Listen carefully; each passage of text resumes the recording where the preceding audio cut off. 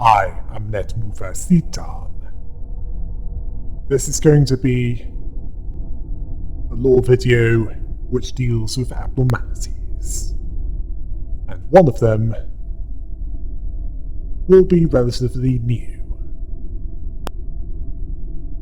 Well, it wasn't in the finished version of Lobotomy Corporation, anyway.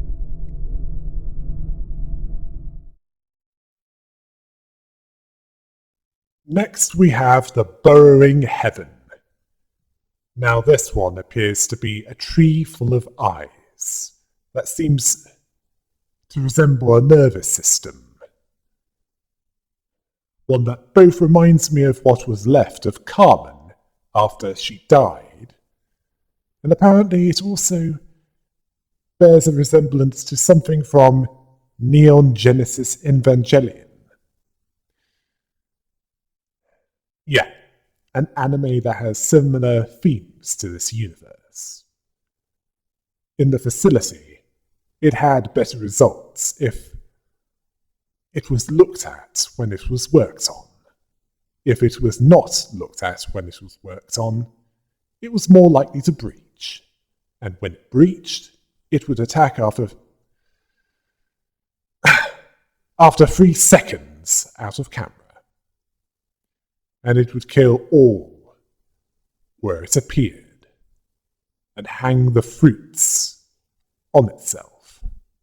The fruits being the dismembered corpses, and then teleport to another part of the facility until it's either suppressed or the day ends.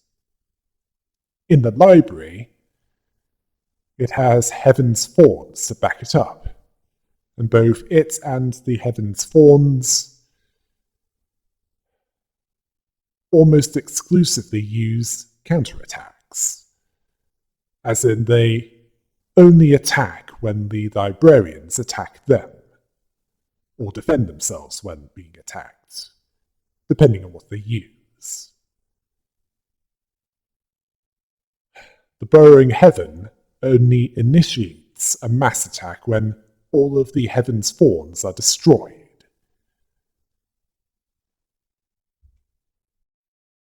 As for its perspective, it sees that the librarians can't reach what they can't see, where the desire for the unreachable grows bigger, where to pursue it is a path riddled with thorns, where it needs to be contained within their sight, not considering that they'd bat an eye on its breathtaking sight,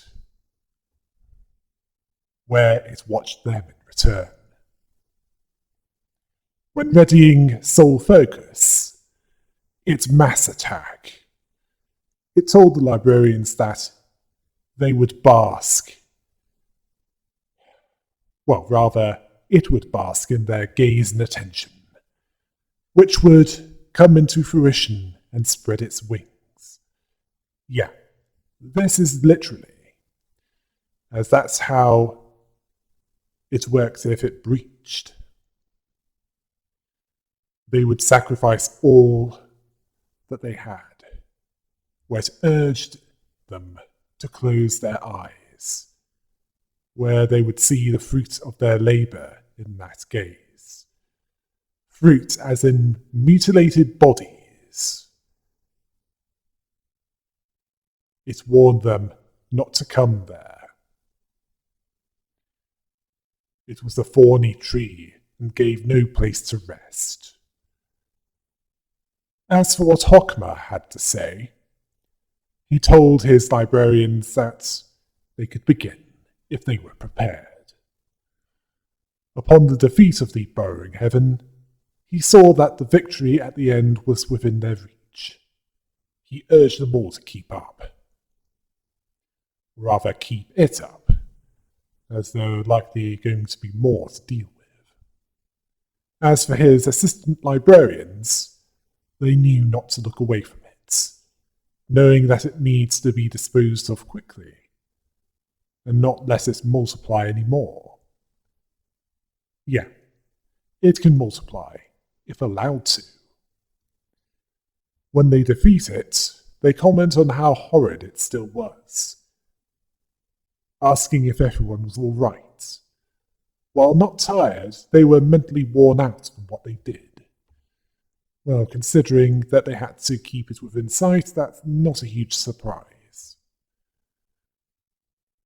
As for the stage of the Burrowing Heaven, it was white with fog above, along with red streaks on the floor and sky, with red spikes in the background, likely some of the abnormalities' handiwork. After the Burrowing Heaven had had enough attention from Hockmer and his assistant librarians, he waited on his floor, and then Roland carried some books up to it, books on religion, which was tiring work, which was hurting his back. As for why Hockmer wanted so many books at once, it was because Hockmer awoke the latest. He had much to catch up on, always one step behind others. Roland remarked that he was 1 foot in the grave.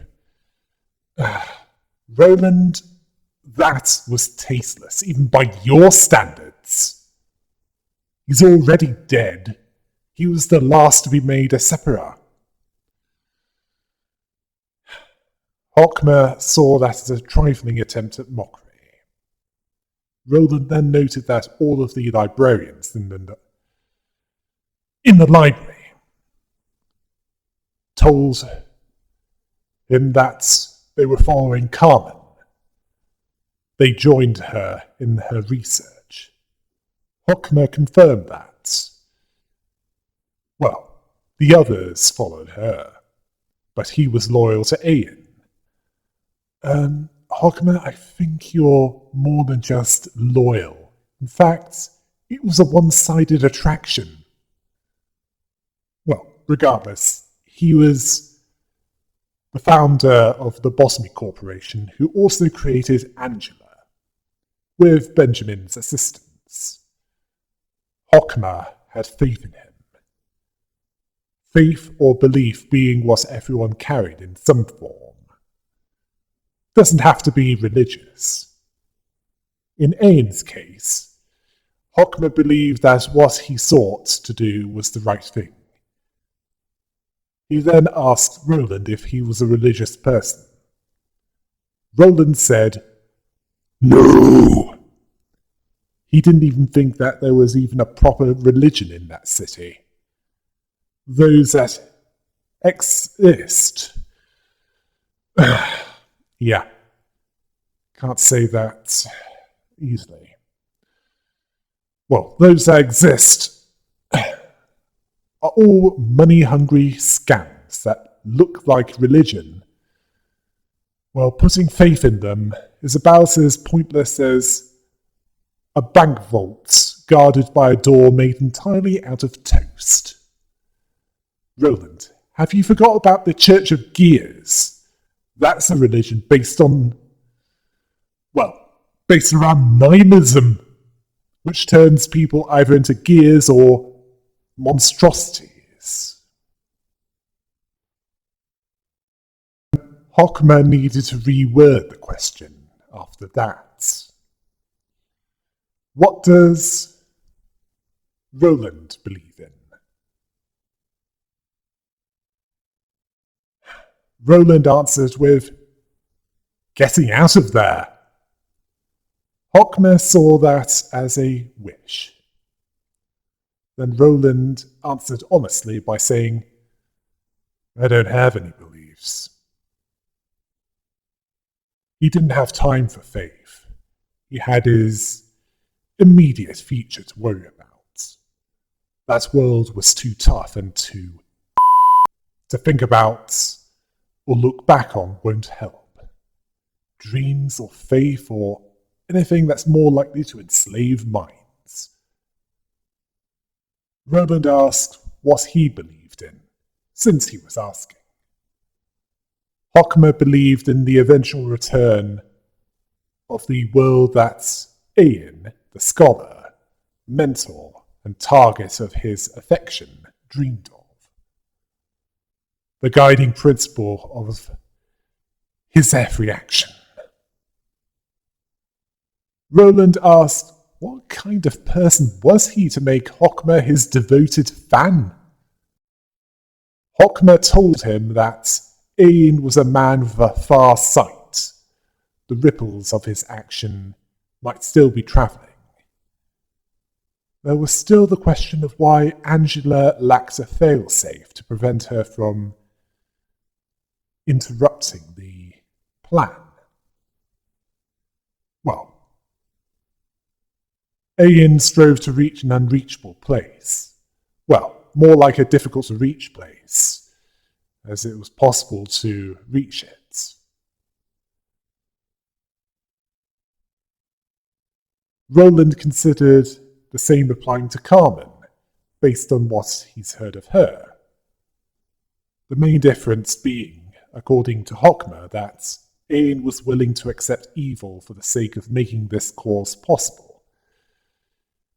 Yeah, it's not something that can be clearly defined as, well,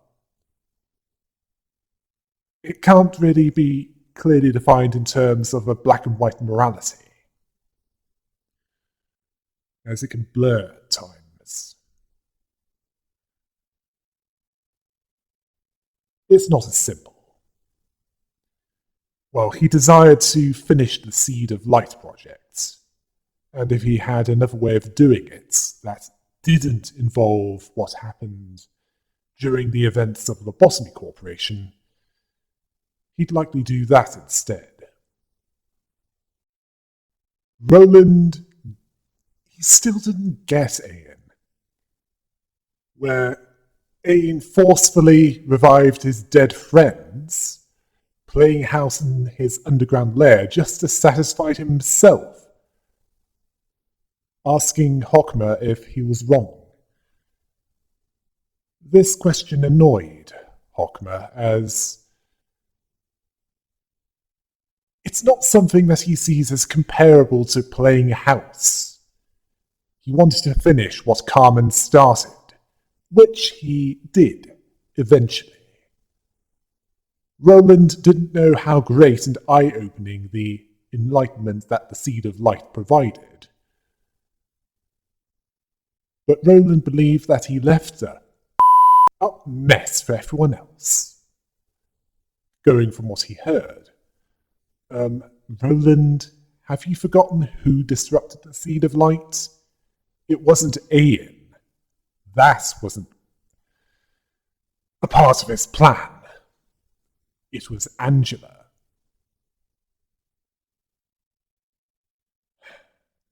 Hockmer went through a load of suffering in his second life as the Lobotomy Corporation Several, and Angela was still trapped by her infuriation towards Ian.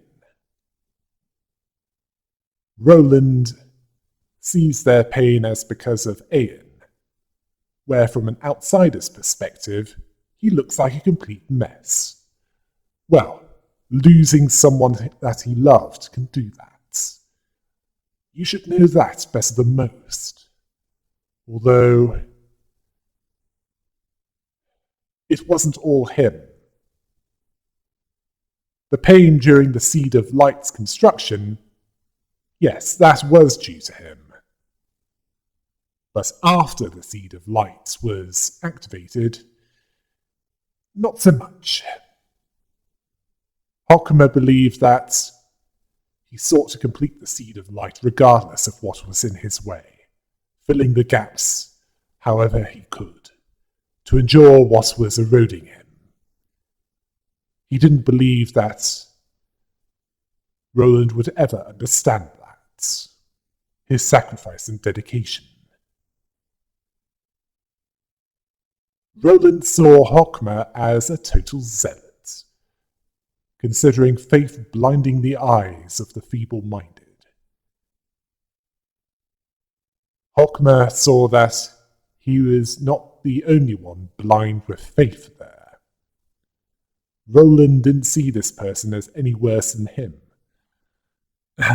Roland, he might be talking about you. Your faith appears to be more towards Angela, although perhaps not for exactly the same reasons as Hockmer is towards Ian. After that, Roland left the floor of religion, quite eagerly, considering that he and Hockmer didn't really get on. Next, we have the punishing bird. This is another of the birds of the Black Forest. Its way of protecting the forest from the beast that would threaten it was to punish the bad creatures with its beak, which was hazardous to those it punished when it grew a mouth that could devour any creature. This, along with the efforts of the other two birds, brought the forest into total disorder. This bird didn't think that the punishment was disproportionate or not needed. It also didn't even comprehend when people committed sins, when they know they're wrong. In the facility, it can breach if another abnormality is worked on when it isn't, or when an agent panics. It attacked with negligible damage during this, easily survivable, and then it flew back into its containment units. But if it's attacked, then it will eat the employee that attacked it, and then go back into its containment units. In the library, the same rules apply. Well, if the librarians don't want to be instantly killed, they should not attack the punishing bird. The keepers of the forest, on the other hand, are fair game, as they provide a lock upon killing them. 3 of these locks are needed. They need to be used on the punishing bird to counter its punishment attack. Each time this is done,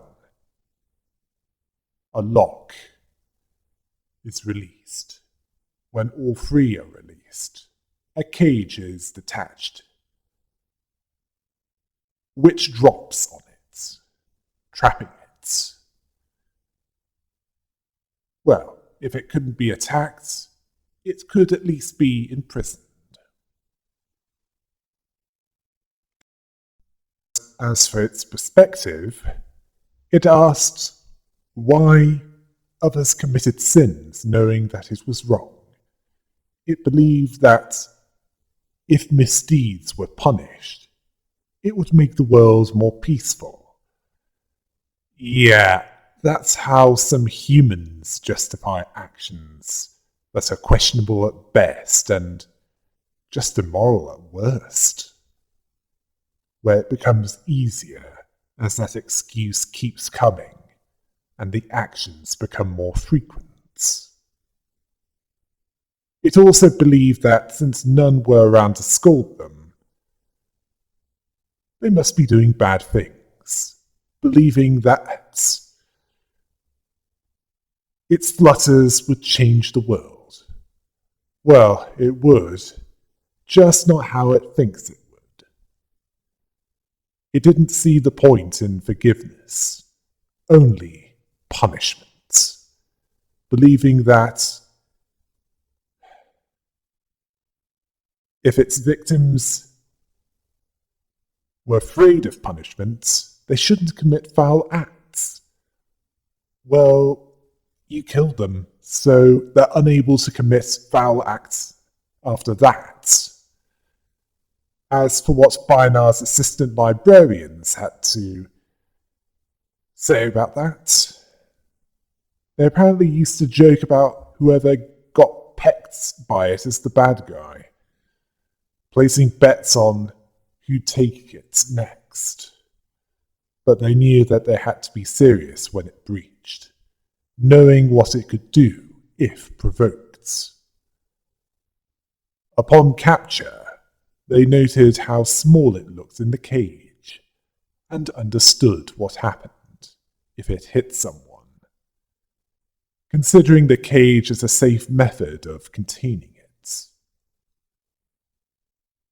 As for the punishing bird's stage, it resembled the Black Forest, much like the big bird. Yet the clearing, the dark bushes, and the trees in the background. The main difference being how this abnormality was contained, as the cage wasn't there when the big bird was dealt with. After Bynar's assistant librarians delivered some punishment to the punishing bird, she had some more books to have delivered to her. Roland then arrived on the floor of philosophy to deliver them. She asked if he'd gotten used to carrying the abnormalities with him, as he fought his enemies. Roland wielded them, and it worked well so far. She sees him as having a natural aptitude. He dismissed that as he's doing it because he needed to.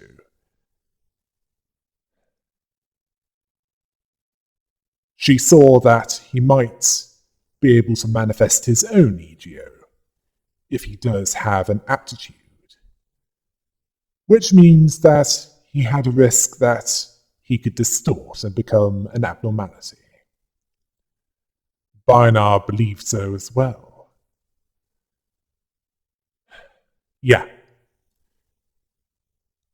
He could probably give the Red Mist a run for her money, if that's the case. Besides, Roland didn't really care what happened to him, even if he turned into a monster. Bynar noted that he'd let go of many things. Well, he doesn't really have anything left, at least nothing that matters to him, to lose. He was robbed of all of that against his will.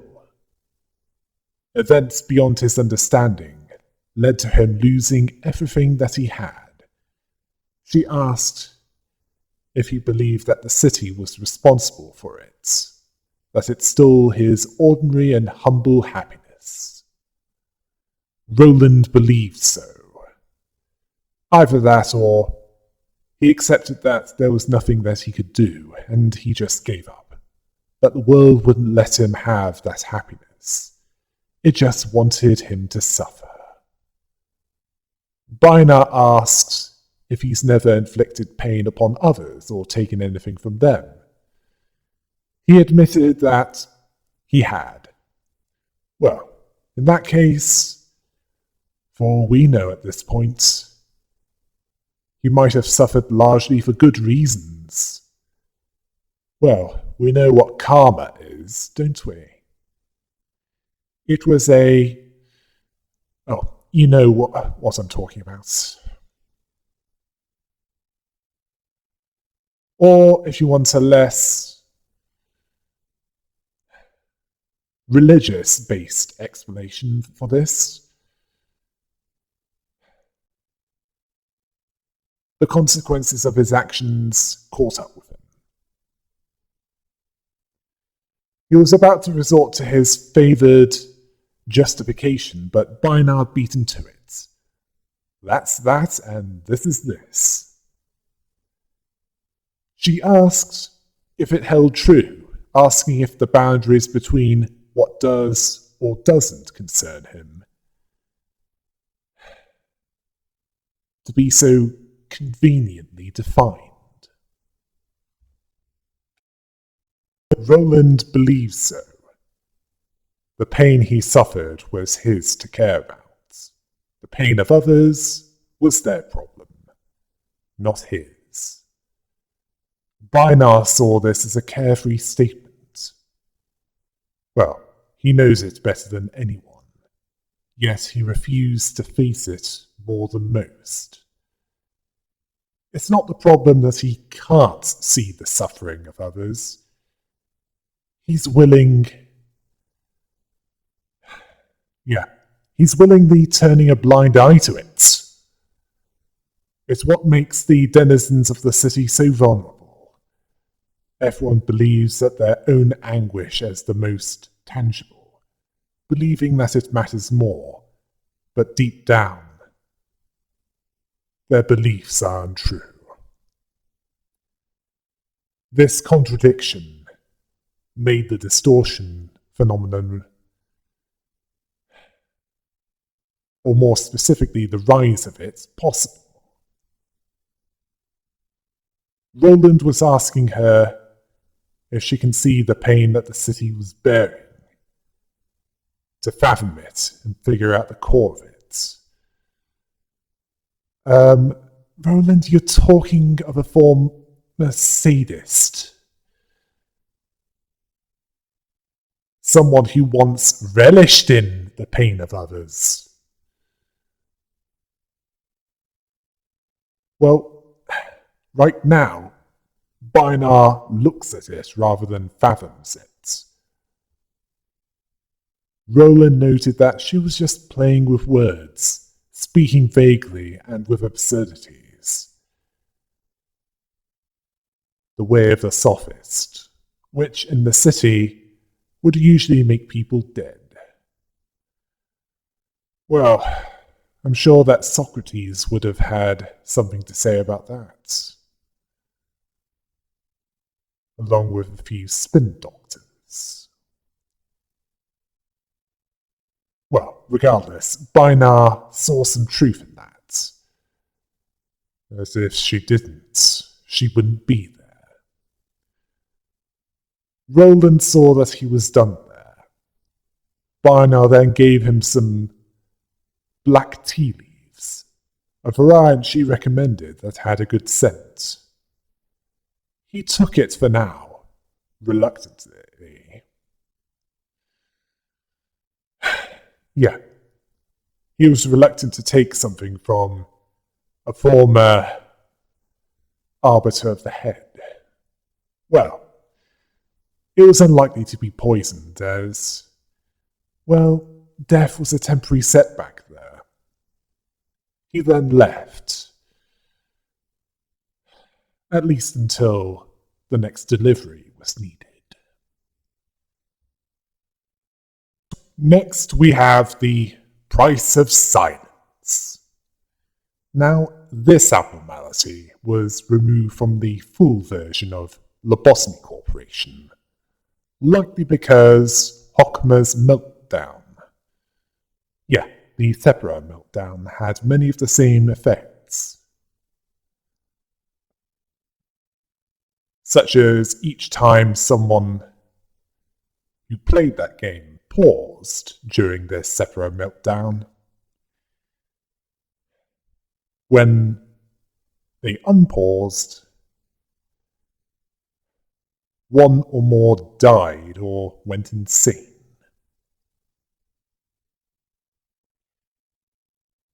Depending on whether it's the Thepera meltdown or day 49, where if it was in the full version of the game,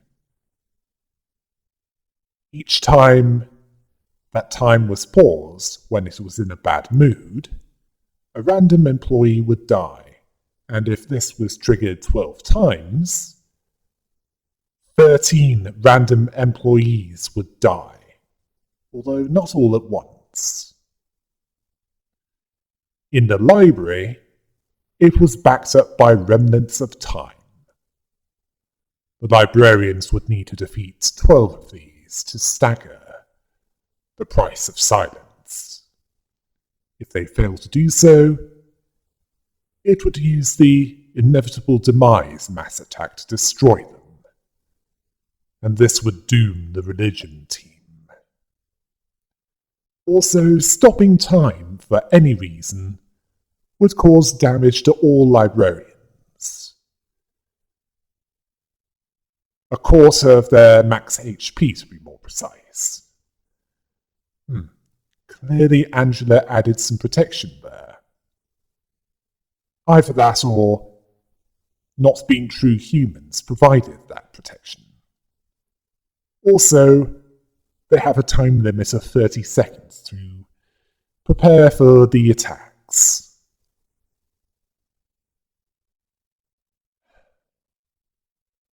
As in what they do to deal with the remnants of time. And if they're not ready by then, the other side will attack regardless of the setup. This can be stopped with the silence page, which will remove the timer, but will cause 25% maximum HP damage upon use, so best not to use it unless necessary. As for its origin, it was apparently a kind of gift, one that was given to those that wanted a chance to recover and gain lost time. However, this abnormality had an owner, based on what was written on the back, where the message said, "When the last ring is in action, you will pay the price of the gift." Yeah, let's hope that the owner of that clock isn't deaf, as the scythe is possibly not a coincidence. And this abnormality represents Major Arcana card 13, also known as Death, which might explain the scythe and the 13 deaths in the library being a victory condition, and 13 deaths as in the remnants of time. And if this card is upright, it means endings, change, transformation, and transition. Well, at least 2 of those applies here, doesn't it?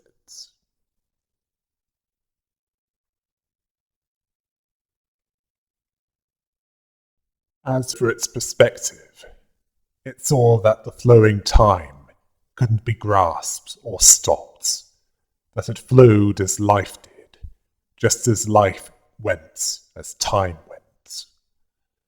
Not understanding why they sought to defy that greater stream that none could stop. If a librarian used the silence page, it sees that silence has a price, and doesn't always bring peace. If the librarians fail to kill enough, and it uses its mass attack, it sees time given to everyone evenly, but fate made it unfair, and none could go against the flow of time. Hockma asked what flows can't be stopped, and upon defeating it, he understands that silence doesn't always bring about positive outcomes. As for his assistant librarians, they weren't aware of what it was trying to say. That scythe clock, another abnormality that wasn't in the facility. Upon defeating it, they got the message, "Don't waste your time."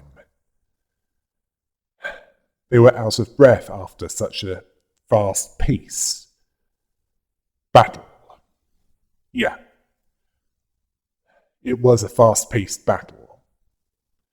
They saw silence and death being similar in nature.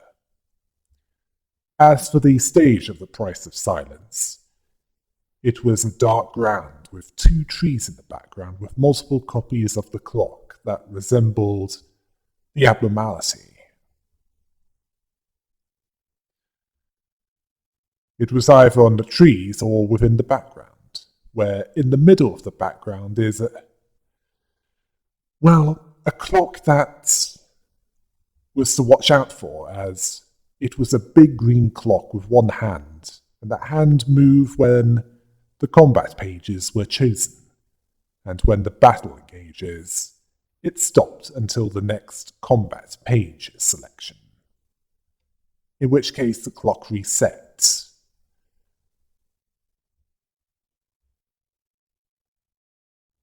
After the price of silence had the clock stopped. I suspect that Roland delivered all of the religion books that Hockmer needed, as he's decided to off and steer clear of the floor of religion. Yet, the last person that Hockmer was expecting to pay him a visit visited him. And that person was Angela, the one that he helped make, whom he provided the emotional support for that Ian didn't. We then see them mid-conversation where he said that she spent an immeasurable amount of time alone, and it's not a recent development. This was also during the events of Lobotomy Corporation. Angela noticed that about Hockmer as well. Hockmer asked if he was truly the same as Benjamin. Yeah, that is a good question. The others don't seem to see themselves as the same beings as they once were. He asked her if the inheritance of fragmented memories from the past had enough meaning in this regard. Angela saw his words as more intelligently analytical and clear thinking than before, asking if he's had a change of heart, implying that he's no longer sore about her ruining Ian's plan. He hadn't, as having sent his great and dear beacon, e.g. Ian, in a pillar of light, as in the seed of light, and failed to give a proper closure to his ultimate plan, this brought out ferocity in him. He is close enough to Benjamin in personality and characteristics, the mould he and the others were cast in, the mould filled with their experience in that place. Angela didn't expect him to ever understand the loops that she suffered, but he should remember the script and how they successfully concluded it.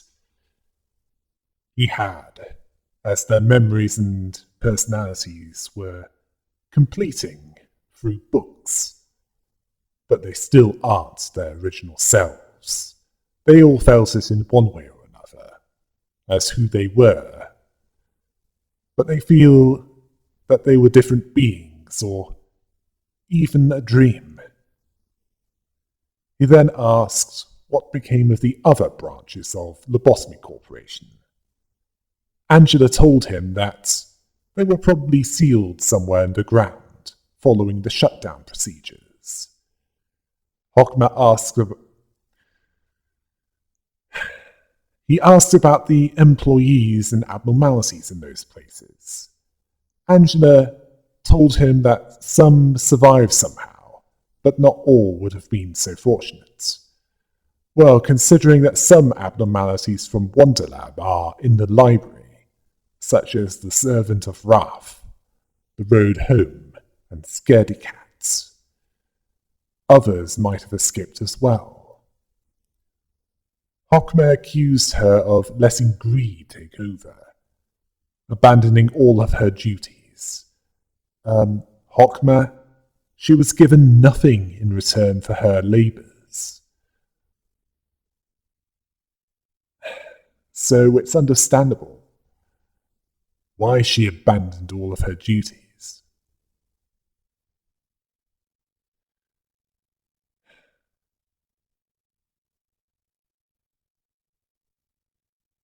Although he had a point when he told her that the library was no different from Elcor, She ran the library in an almost identical way to Elcor, even though she could have ran it differently. She didn't, and that spoke volumes. Angela responded by saying that it's all she did and learned how to do for 1,000,000 years, from her perspective, to treat humans as expendable using various methods. She didn't have a choice in the matter. Well, she wasn't wrong about that, considering her flawed realizations. It sounded insane for her not to rebel after what she went through. I suspect that Hockmer wouldn't. English is failing me again. Well, Hockmer would understand that much. But in the library, not so much.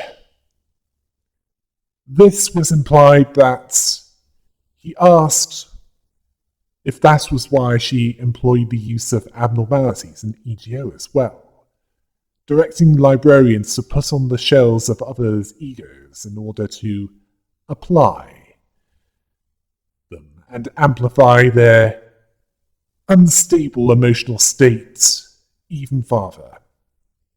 This is likely an in-universe way of saying, equip key pages to utilize their power. Angela asked him if she needed to remind him that she only has them do that when receiving guests who enter voluntarily. Yeah, keep telling yourself that, Angela. Have you forgotten what Roland said about urban nightmares upwards? That they're not a matter of choice, that they're drawn there through invisible chains of compulsion. Hockmer wasn't convinced either, as he saw the paradox, that she wanted to escape from the past, yet like Hockmer, she was unable to. She told him that she's just using the resources available to her, that since they were all exploited by Ian, it was only fair that she got to do the same, ignoring the fact that she's not much better than her maker, although she did have a point when she told Hockmer that he brought the Sephiroth back from death without consent and forced them to endure cycles of pain, believing that they were nothing more than puppets to him, dancing on a stage as he liked. She considered herself born from more of his irresponsible actions. Okay, let's go over this, shall we? All of these Sephiroth were brought back by him, and he engineered the situation to make their traumas worse, in order to provide what was needed to make the seed of life possible. Okay, that much isn't in dispute. But of all of them, only 4 of them were dead due to Ian in some way.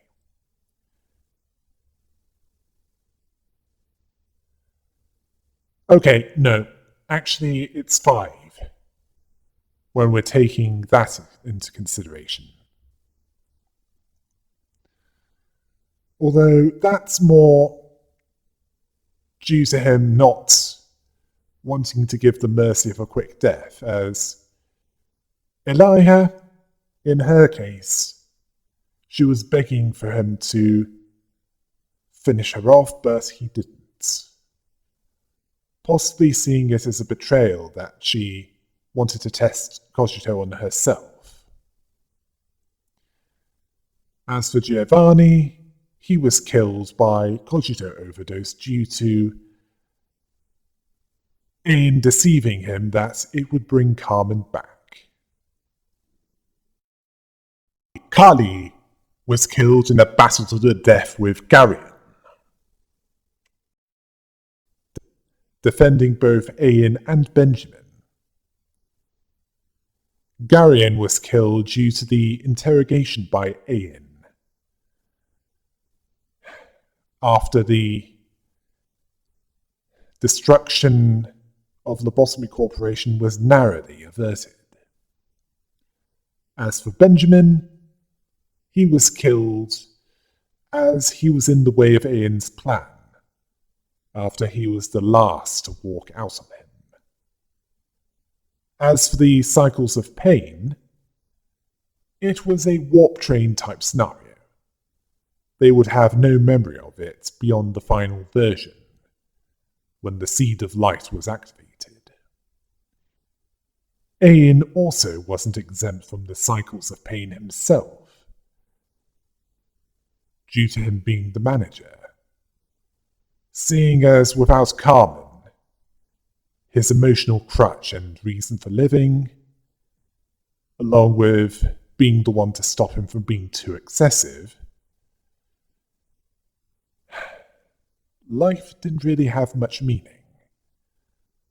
That, and if he had a less extreme way of doing it, he'd likely choose that instead. Unfortunately, there wasn't. As for Angela being made, Ain was willing to break one of the most serious laws of the city to make her. Well, it wasn't just to give the head the finger regarding its authority. It was because, Angela, you could last long enough to help him complete the Seed of Light. And if your presence was known to the head, it's likely that they would have sent more than just an arbiter and 2 claws to shut L-Corp down. Even so, Angela asked, how could Hockmer accept that as if it was nothing? Hockmer didn't see it as something that mattered anymore, whether or not his actions were acceptable. As they're past that, it's done. He chose to accept it, and he's not one to judge Ain's will. Angela considered this idiotic. How could he think of that? Never mind say it. Then she hesitated, and Hockmer asked why she did so. She told him to forget it. He answered her anyway by saying that he has faith. That faith also prompted him to give her a chance. This infuriated her, seeing Ain and Hockmer as both completely insane. They'd have to be to believe that. With Ain, his insanity was understandable. Personal loss affects each individual differently. She didn't see Hockmer as the Benjamin that she used to know, the only person that cared enough to provide any form of comfort, even though she wasn't human. Hockmer confirmed that he's not Benjamin, yet he's close enough to him that her not being human didn't matter. She then told him to go back to sorting books, and then left the floor of religion.